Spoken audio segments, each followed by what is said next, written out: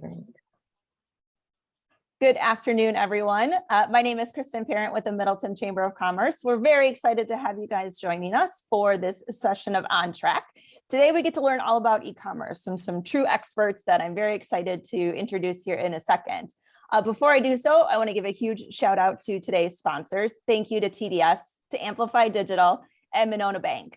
Their support of these events and our chamber in general really help us keep things going and be able to provide really great programming for you guys as members. So a few things on housekeeping.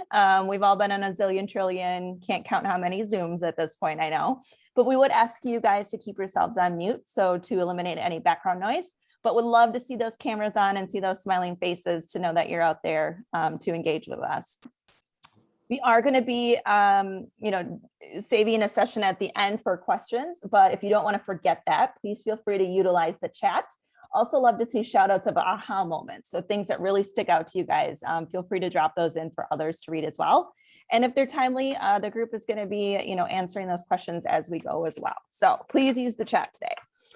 We've got a great lineup here. So we've got Brandy, Adam, and Andy, all from Amplify Digital, to kind of run through the e-commerce.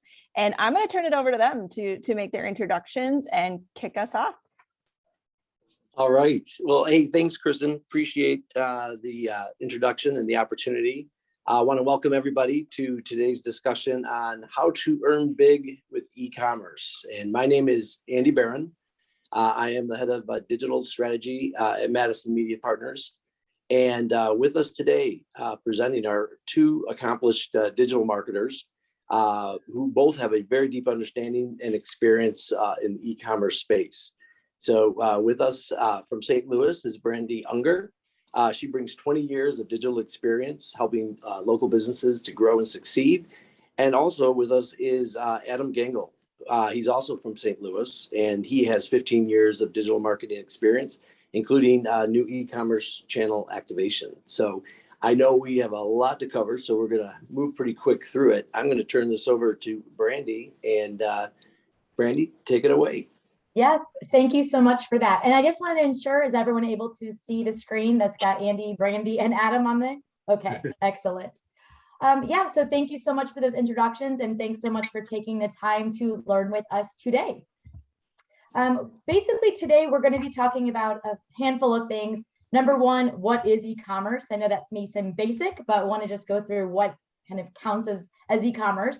We'll look at some of those e-commerce trends. We'll look at holiday 2021 forecasting, talk about how to get started, and of course, how to earn big with e-commerce.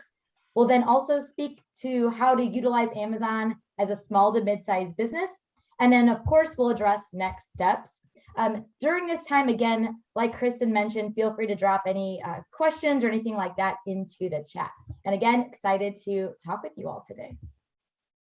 So first and foremost, what is e-commerce? Essentially, anything where you are transacting online is considered e-commerce. So this is really selling your products or services online. Most often, this is allowing customers to shop, learn, and purchase without your direct involvement. Time is money, so the more we can get things sold online without taking up a lot of sales costs and all of that is absolutely helpful. Think Amazon. Amazon's an e-commerce marketplace where thousands of stores showcase and sell their products every day. Ask my husband, he gets a little upset with me every day. He's like, what are we running here? What's going on? It's like the mailman, the UPS guy, they know us by name. Too many things in his opinion. I think it's the perfect amount of things being delivered in my to my doorstep. And then think ear jellies. I'm going to try to do this without losing connection here, but ear jellies. And basically through e-commerce, ear jellies has been able to retail earplugs online, expand their customer base. So this is one of those examples. Are you still able to see the website? Okay, perfect. This is one of those examples where it was an entrepreneur, which is excellent for e-commerce.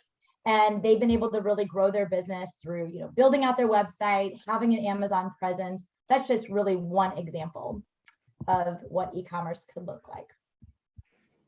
So going through here, essentially e-commerce is more important now than ever. I don't think there are any surprises there. I think if COVID taught us anything really, it really told us how much we depend and want things in an instant and we want to be able to purchase it online. For a lot of retailers, it was literally a do or die if they were e-commerce enabled or not.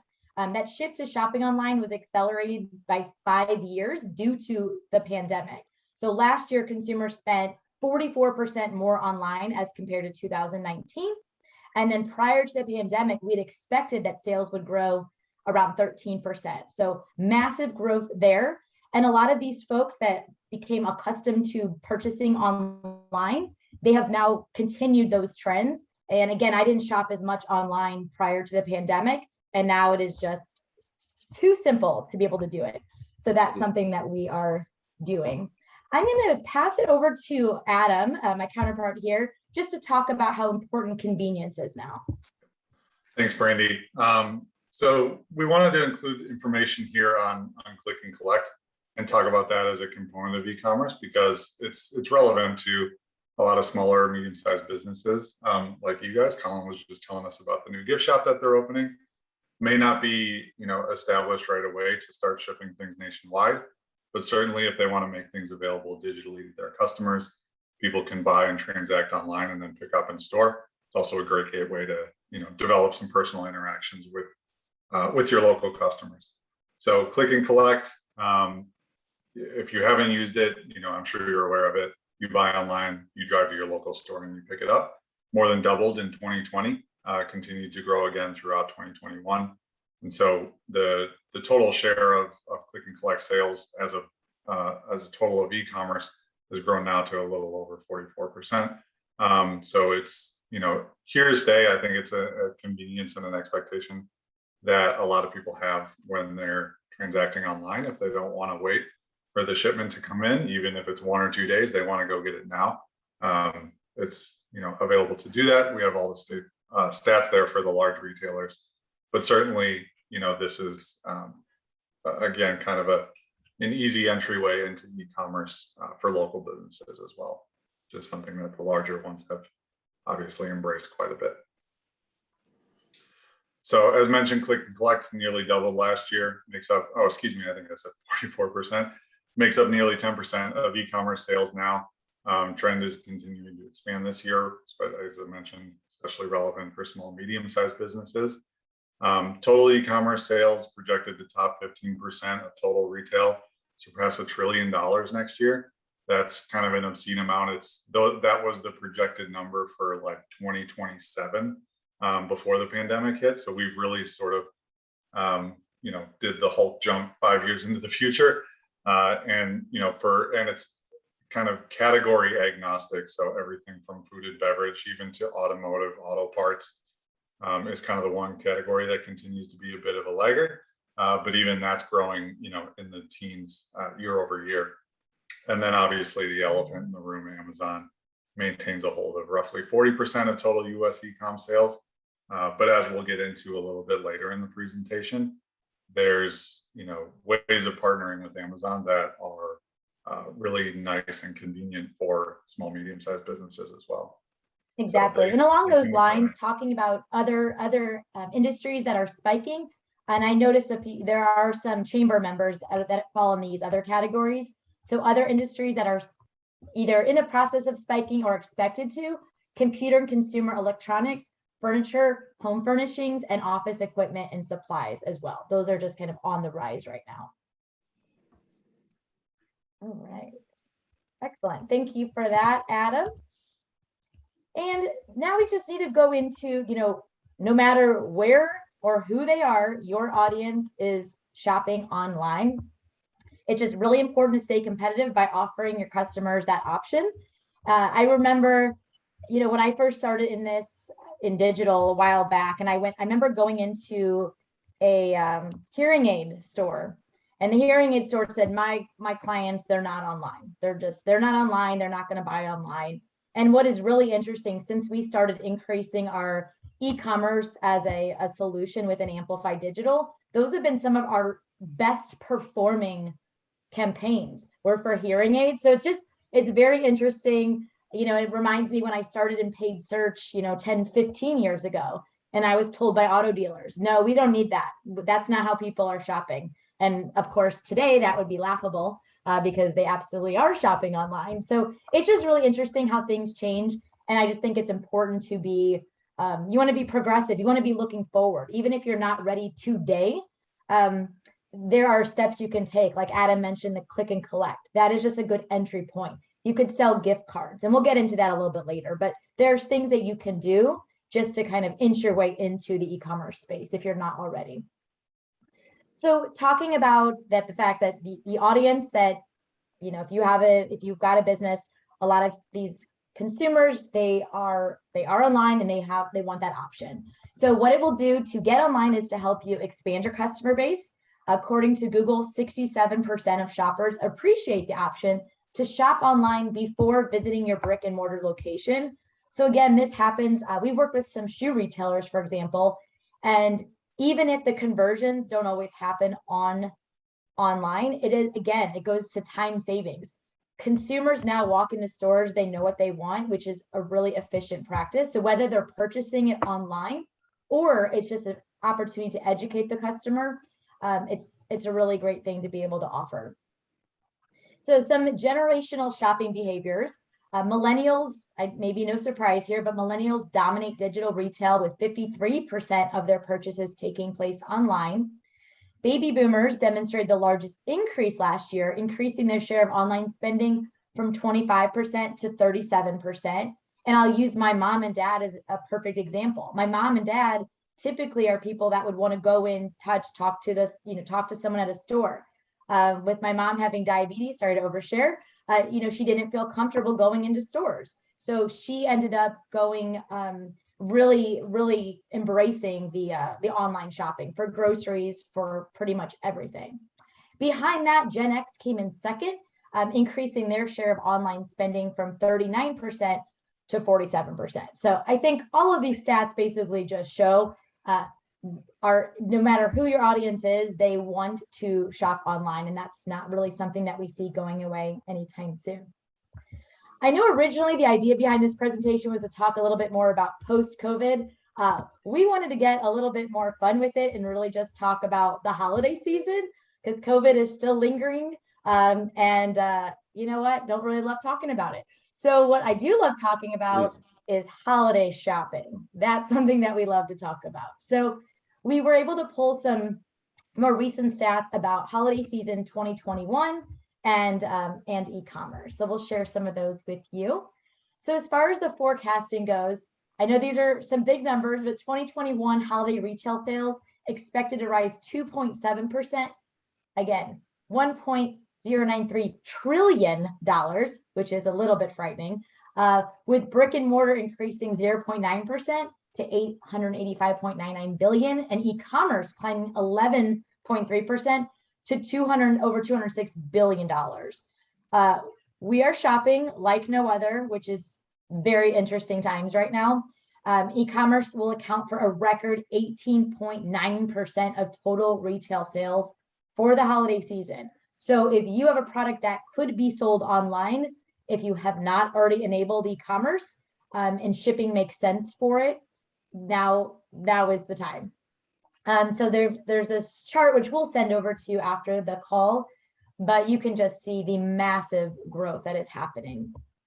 Yeah, Brandy, I'm not going to let you gloss over the important part there, which is if you stripped out e-commerce from holiday shopping this year, I mean, we're pretty much at flat growth, a little under 1%.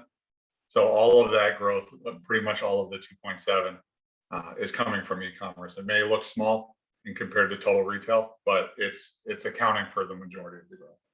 No, 100%. Thank you for that. That's a great point. Pulled out a couple of key Christmas shopping statistics for 2021. Clothing and accessories is the top Christmas holiday retail category by share of shoppers.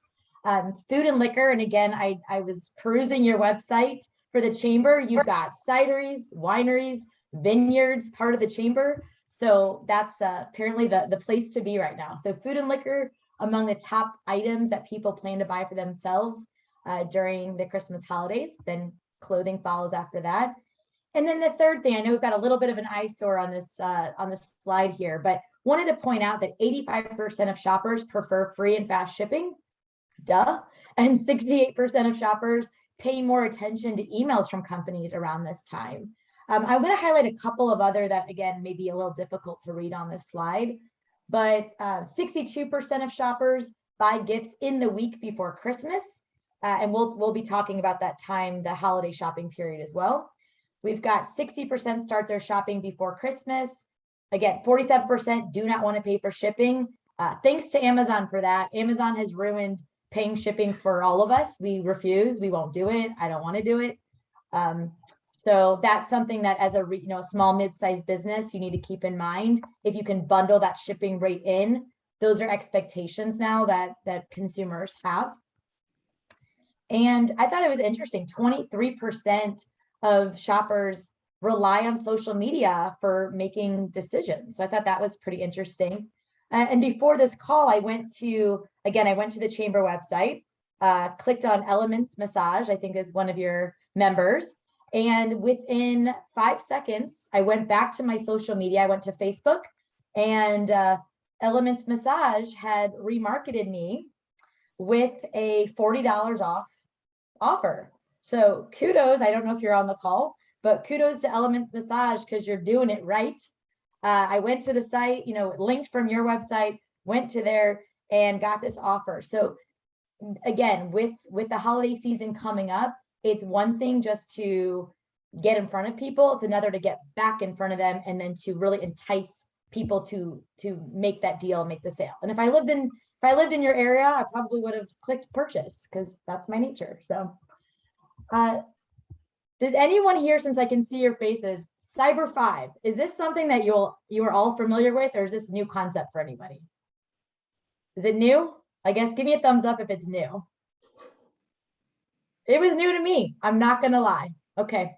I stumbled upon this stat and I felt dumb for a second here because Cyber 5, and then there's Giving Tuesday. There's so many new holiday shopping events that are being created over the years. So Cyber 5, what is it? I Googled it. The Cyber 5 period, it's Thanksgiving through Cyber Monday, which brings in record shoppers and sales for many retailers. Cyber Monday and Black Friday are expected to surpass $10 billion in e-commerce sales this year. And then in 2021, 20% of all e-commerce sales during the holiday period will occur during that 5-day period between Thanksgiving through Cyber Monday. So that is a lot of money. $40 for you guys keeping track of all these stats we're throwing at you. 200 million in total e-commerce holiday sales, 20%, 40 billion during 5 days. Yeah, it's pretty incredible. So, essentially that also tells you, let's plan ahead. Let's have those, that $40 off. Those are great offers to launch during this time. So just definitely things to keep in mind as we're quickly approaching the holiday season here. So I'm going to pass it back to my friend Adam over here, but essentially now is the time. So we've now hopefully not bored you to death, but given you all the stats of why it's important, how e-commerce is growing.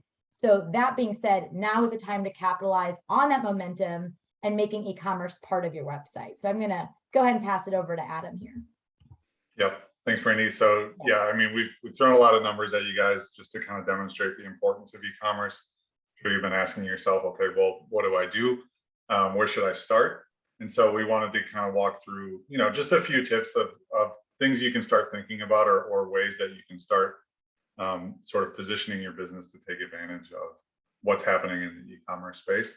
And the first two things, I mean, are basic business questions that you kind of have to ask yourself. When you're running a brick and mortar business, some of these things come a little bit easier. Your unique selling proposition and personalizing the customer experience is a lot easier when you have people walking into your shop. You can interact with them. You can have a conversation about who they are, what they're looking for, and you can also tell your story to them.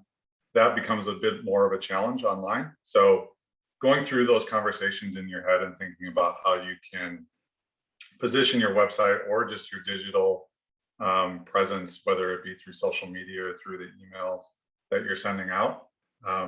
What differentiates your brand? Why should they buy from you versus somebody else versus going to Amazon? What makes your product stand out, and why should they come back to you? And if you have something unique to offer that you can't find anywhere else, or it's hard to find somewhere else, make that a point of emphasis. And then personalizing to the customer, matching your identity to theirs, getting to know them a little bit, having them sign up for email newsletters, allowing them to leave feedback, whether it's in the form of product reviews or, having a live chat if you are in a position to, enable that capability, or just allowing them to email you or call you with questions and making it easier to, really personalize that experience to them. So that way they're, developing that relationship with your brand in your store moving forward. So a little bit deeper on, determining the unique selling proposition. This is one of my favorites because it's coffee. At the end of the day, it's coffee.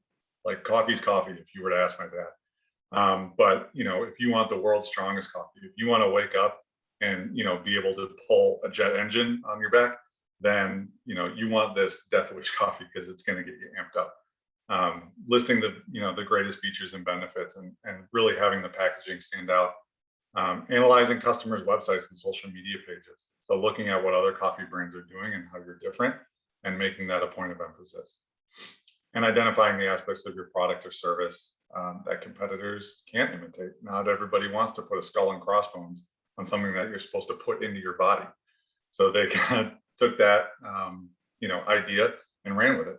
And then a big thing as far as, again, building that relationship with customers, they'll give you a full refund if it's not the strongest you've ever had. If you can't punch a hole in your cinder block wall after you've had a cup of coffee, they'll give you a refund. I'm embellishing, but that's kind of the idea behind it, what they're doing. That's funny. Awesome. And kind of along the same lines of what Adam's just referencing is really, this is how you interface with customers in a way that feels personal and human.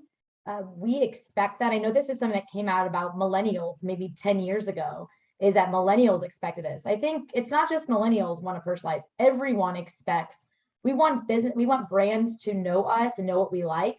And I think with AI nowadays, we kind of expect that. I expect people to know my next, and we know that they do. What's Brandy going to purchase next? The technology knows that, and we kind of expect that they should know that. So personalized marketing strategy could include things like segmenting. This could happen in display or email. An example I used to work with, we still do actually, we work with the travel agency. They had to take a little time off because they focused on cruises. So that's why I say I used to. They're back, thank goodness. And this was someone that did these cruise expos, a big cruise expo in St. Louis.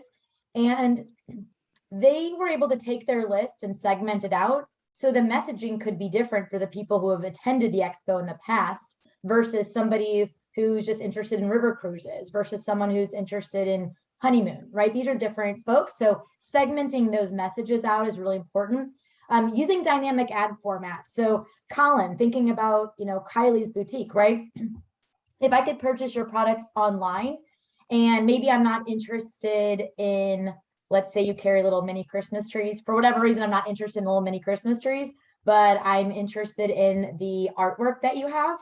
When you market to me, show me the artwork. Don't show me the Christmas trees. So with dynamic advertising, Colin's company could actually show me the product that I showed interest in. I'm more likely to engage with that. I'm more likely to purchase it because Colin's company showed me the thing that I was interested in. Maybe offered me a special coupon code. I don't know, probably will make it a little bit more enticing. And then also recommended products. So you guys have seen this when you're shopping on Amazon. Again, these darn people know us, or the technology, they know us so well. They know that if I'm looking at holiday dresses, I might also be looking at shoes to go with it, or a shawl, or I don't know. So those are just different things to keep in mind. And then also just targeted and relevant discounts and offers. Okay, so I already used that example. So Colin's showing me the artwork. Give me a coupon code that's for what I want, not necessarily just for Kylie's Boutique, but maybe show it to me specific for the art pieces that I'm interested in. All right, so we're going to move along to, I guess, a little bit more of the technical side of things, but want to have Adam share with us a little bit about the website, because at the end of the day, the website is the foundation. If you really want to start selling online, you want to show your products online. I know there's other ways to do it, but a website is going to be one of the most important first steps. So I'm going to send it over to Adam.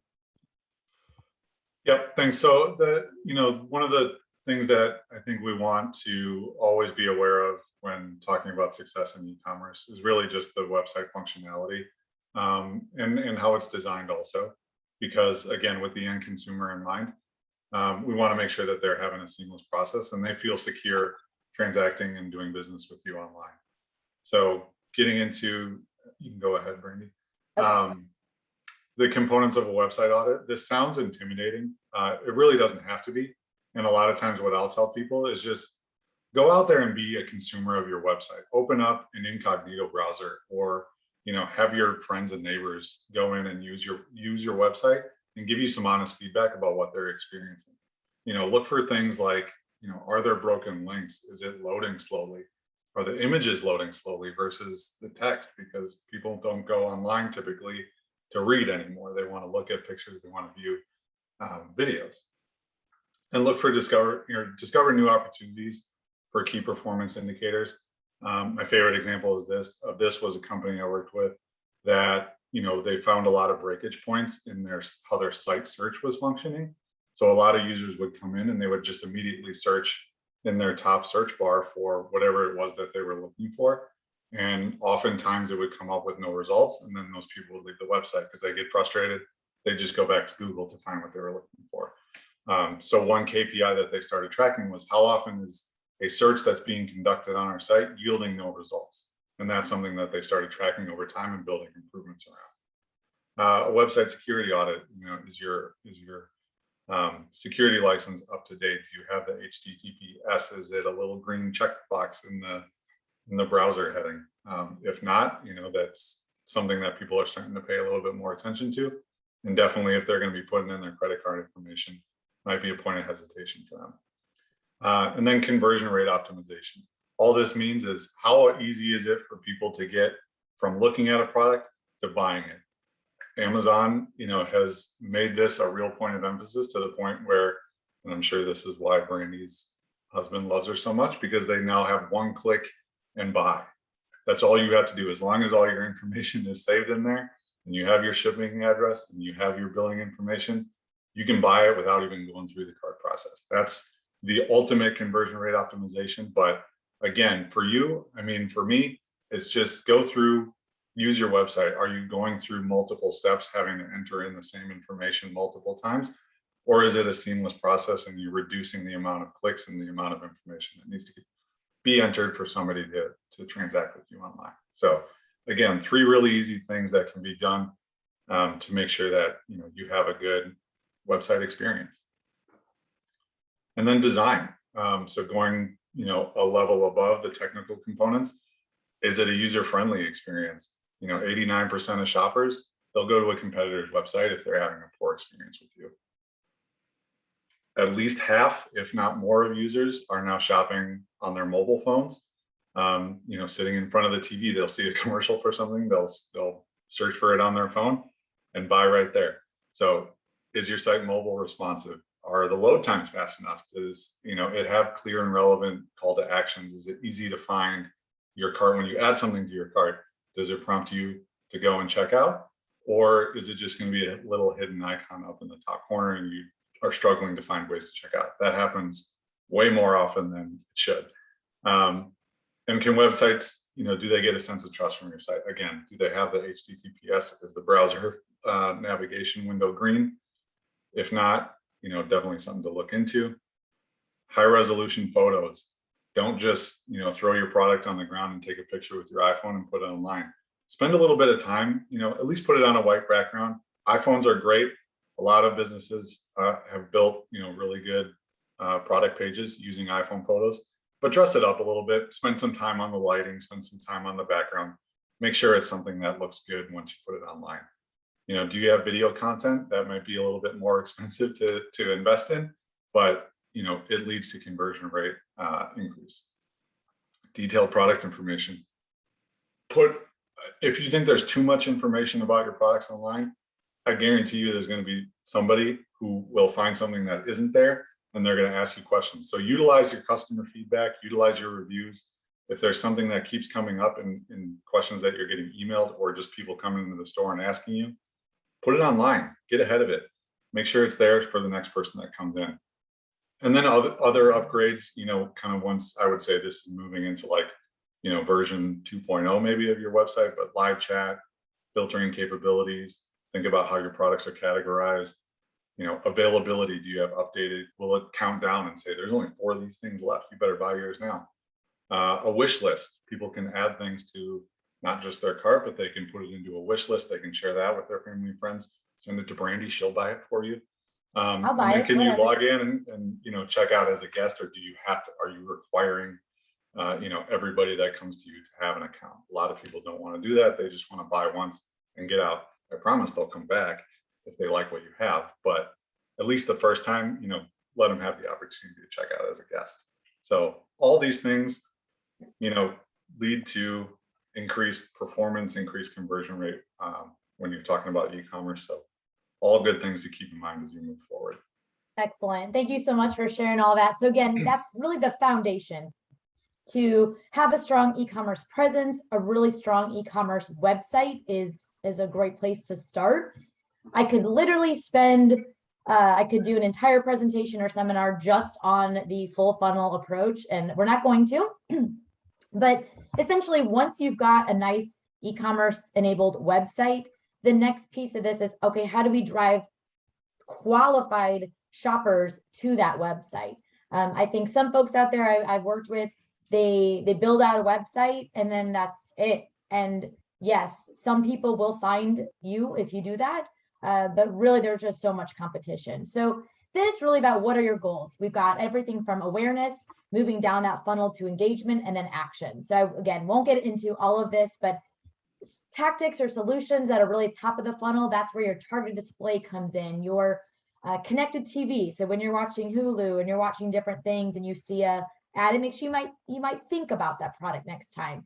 The example with Elements Massage, where I went to the website and then I was remarketed on social media with a coupon, that's engagement. It's further down the funnel. Action, I'm serious. I'm actively seeking out your product or service on search, on shopping, on Amazon, and I'm buying usually. So those are a few of the different ways in which we, look at that full funnel approach. And then we've got our analytics and reporting. So all of this is, I don't want to say meaningless, but if you don't know where your money is going, you don't know how people are interacting with your website, you don't know what types of conversions are or are not happening, you could just be throwing money away. So it's really important, whether you hire an agency to do this, whether you have somebody in-house, whether you learn to do it yourself, honestly, as long as someone who's qualified to look at analytics and set up Google Analytics, first of all, and then be able to look at it and see what that means for your business, it's just very important. I noticed that my tone changes about this because I'm very passionate about the fact that, I've worked with accounts in the past or clients in the past, and they were spending all this money. And I say spending, not investing. They were spending all this money because they didn't know what they were getting, or it wasn't driving the results they wanted. And that to me is just a shame, especially when all these metrics are at your fingertips. So, these metrics can really help you make informed strategic business decisions, help you reduce costs, help you identify areas that are, again, to Adam's point earlier, hindering that user. So those are just things that we think are extremely important when talking about marketing. I'm going to pass it over again. Adam has worked for several, helping get a lot of different businesses enabled on Amazon. So I'd like to pass it over to Adam to talk about how to make the most out of Amazon commerce and advertising as a small to mid-sized business. I think that's key. Yeah. So switching gears a little bit. Yes. And I'll make a point on Google Analytics, probably the best and most underutilized free tool on the internet. So if you have a website and you're not using Google Analytics, it's free, plug it in, use it. It's awesome. Okay, Amazon. So elephant in the room. We're all kind of out here sometimes thinking of ourselves as competitors with Amazon, when really there's, numerous opportunities to really be a partner with Amazon. So storefronts, they offer small and mid-sized businesses a platform for selling. They have the biggest audience digitally in the world as far as selling products.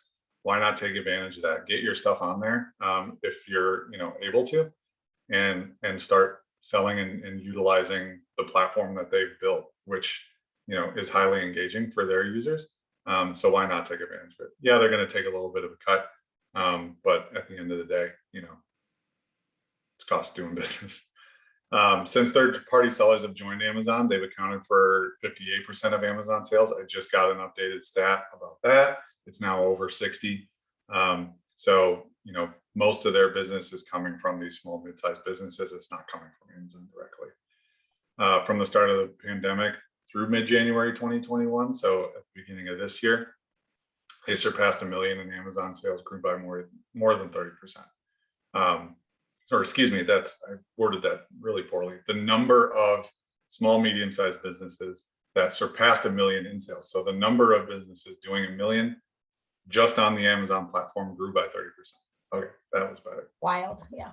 A lot of opportunity is what we're trying to say. Right, yes, exactly. So 53%, again, over half of them begin their product searches on Amazon. That's ahead of Google. So when you're searching for something, a specific product online, more than half of the time, people are going to Amazon first to do that search. If they can't find it there, then they move on to something else, but they started on Amazon.